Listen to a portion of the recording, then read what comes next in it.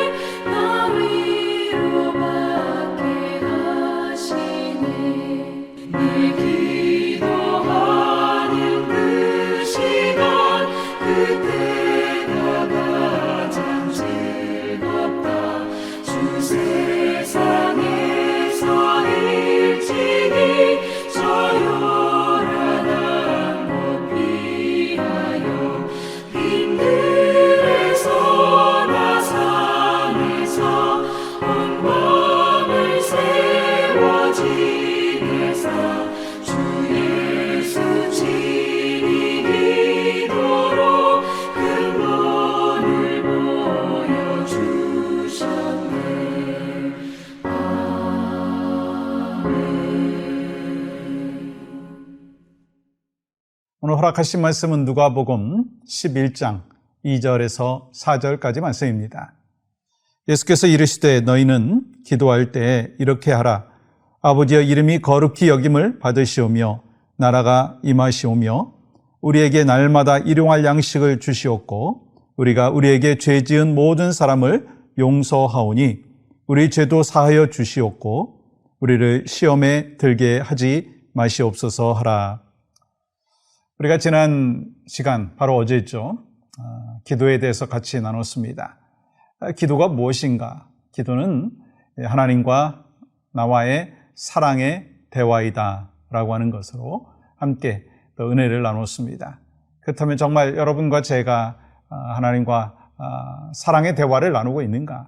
내가 막 독백하고 그냥 하나님은 듣기만 하시고 그리고 나는 그냥 말씀만 드리고 끝나는 것이냐? 아니면 나는 정말 하나님 앞에 올려드리고 또 하나님께서 나에게 말씀하시는 그 음성에 귀 기울이고 있는가? 정말 참된 기도의 사람은 하나님과 사랑의 대화를 하는 것인데 오늘 또 그러한 사랑의 대화가 있기를 간절히 소망합니다. 그러면 우리가 어떻게 어떠한 마음으로 또 무엇을 또 기도해야 되는가라고 하는 것이죠. 여러분 2절 말씀은 이렇게 기록하죠. 예수께서 이르시되 너희는 기도할 때 이렇게 하라. 아버지여 이름이 거룩히 여김을 받으시오며 나라가 임하시오며. 우리가 기도할 때 정말 선포해야 되는 것이 있습니다.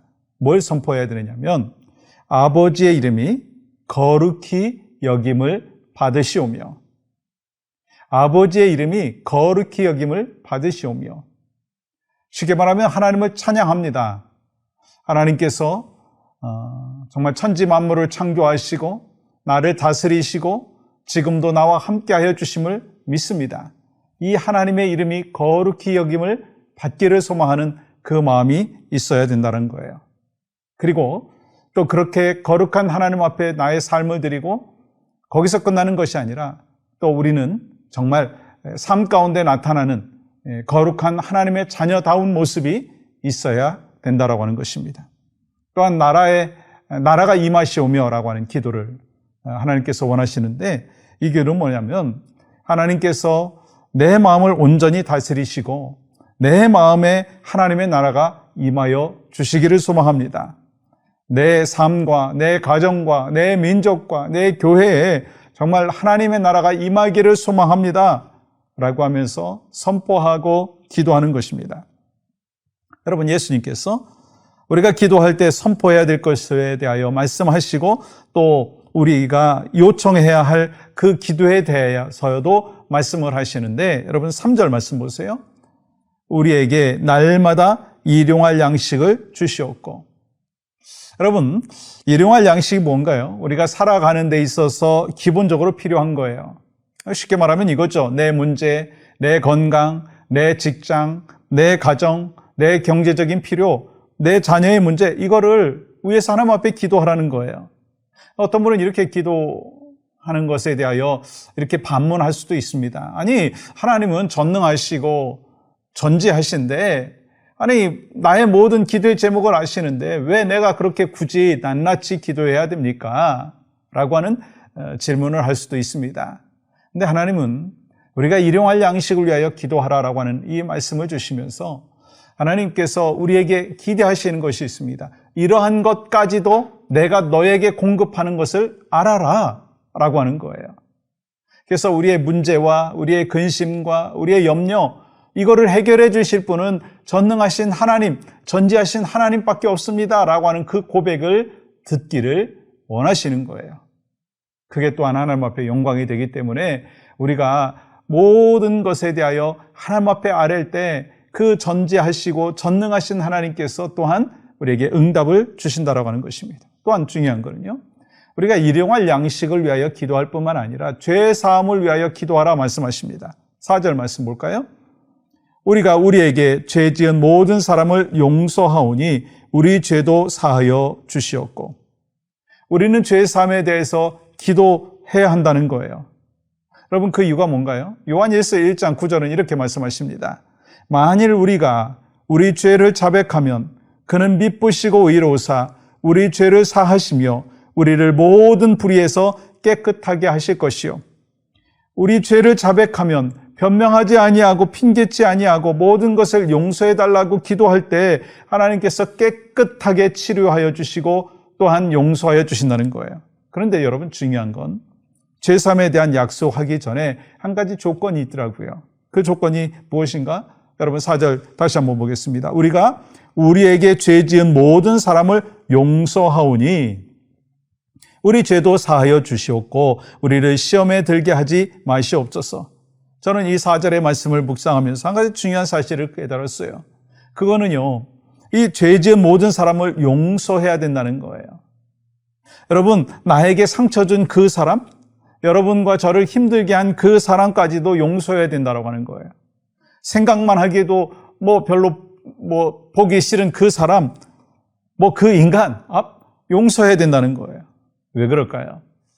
이 마태복음 18장의 말씀에 보면 예수님께서 한 가지 비유를 말씀을 하십니다. 어떤 사람이 주인에게 10,000달란트를 빚을 줬어요. 당시에 10,000달란트라고 하는 그 금액은 한 노동자가 20년 동안 벌어야만 되는 큰 금액이었습니다. 도저히 갚을 수 없는 이 사람이 정말 갚을 수 있는 방법이 있다면 자신의 몸을 팔거나 자신의 아내나 자신의 자녀를 팔아야만 되는 그런 상황이었습니다. 너무 고민하고 근심을 하다가 주인한테 찾아가서 자기 사정을 이야기하니까 주인이 그 모든 금액을 탕감해 줬어요. 얼마나 기쁘겠어요. 감사하겠어요. 근데 그 집에서 나오는데 자신에게 빚진 그 100다네론의 그 빚을 진 친구가 있는 거예요. 그러면서 그 친구에게 100다네론의 빚을 네가 졌으니까 갚아야 된다. 근데 난 못 갚겠다. 그러니까 감옥에 집어넣은 거예요.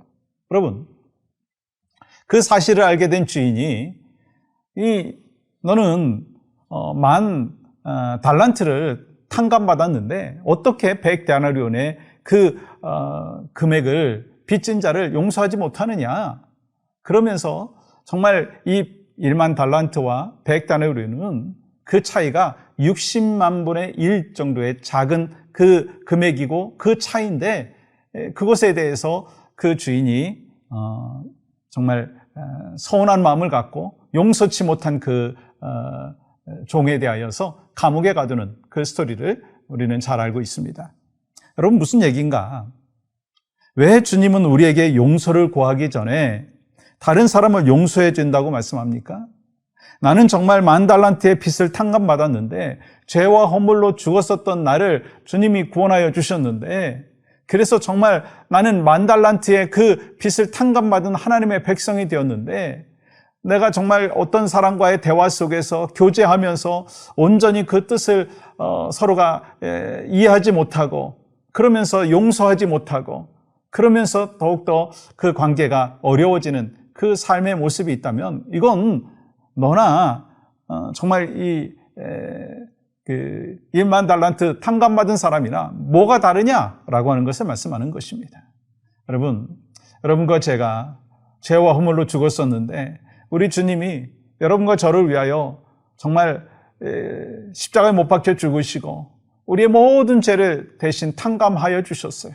그러니까 우리는 정말 어떤 그 커뮤니케이션 속에서, 관계 속에서, 또 어떤 이익의 상황 속에서 정말 그 서운하고 용서하지 못한 그런 모습이 있다면 주님이 우리를 향하여 말씀하고 있습니다. 내가 너를 용서해 줬는데 넌 왜 용서하지 못하느냐? 그 말씀을 하고 있다라고 하는 것입니다. 여러분, 용서라고 하는 건요, 특별히 우리가 내 힘으로 할 수 없습니다. 그러나 주님이 함께 해주시고 하나님이 역사해 주시고 하나님께서 모든 것을 또한 우리에게 넉넉히 허락하여 주시면 우리가 용서할 수 있는 마음, 또 그들을 또한 주님의 백성으로 인도할 수 있는 축복의 통로가 될 수 있다라고 하는 사실을 기억하고, 오늘 또 혹시 정말 올바른 기도의 사람으로서 정말 하나님 앞에 내가 정말 용서하지 못한 사람이 있다면 내가 그에게 찾아갈 수 있다면 찾아가고, 또 정말 전화할 수 있다면 또 전화하고, 또 텍스트 할 수 있으면 또 텍스트 하면서 그 용서의 길을 한 가지 또 찾아갈 수 있기를 소망합니다. 그래서 참된 하나님의 백성의 삶이 여러분과 저의 삶의 모습 가운데 이 길을 간절히 소망합니다. 함께 기도할 제목은요, 우리 교회 KM과 EM의 모든 목회자들이 이 말씀과 기도가 충만함으로 성도들의 본이 될 수 있게 하시고, 모든 성도들이 목회자들과 한 마음 한 뜻으로 교회를 섬기게 하여 주시옵소서. 그 은혜와 복이 바로 여러분과 저에게 있기를 간절히 소망합니다. 하나님, 우리가 오늘 또 올바른 기도의 사람으로 살아가기 위하여 이 하나님의 나라가 하나님 내 마음 가운데, 우리의 삶 가운데 나타나게 하시고, 또한 하나님의 이름이 거룩히 여김을 받는 귀한 역사가 있도록 인도하여 주시고, 또 주님이 나를 정말 죄와 허물에서 용서하여 주시고 탕감해 주셨는데, 또 우리가 용서의 삶을 살아가는 복된 하루 될 수 있도록 인도하여 주시옵소서. 예수님의 이름으로 기도합니다. 아멘.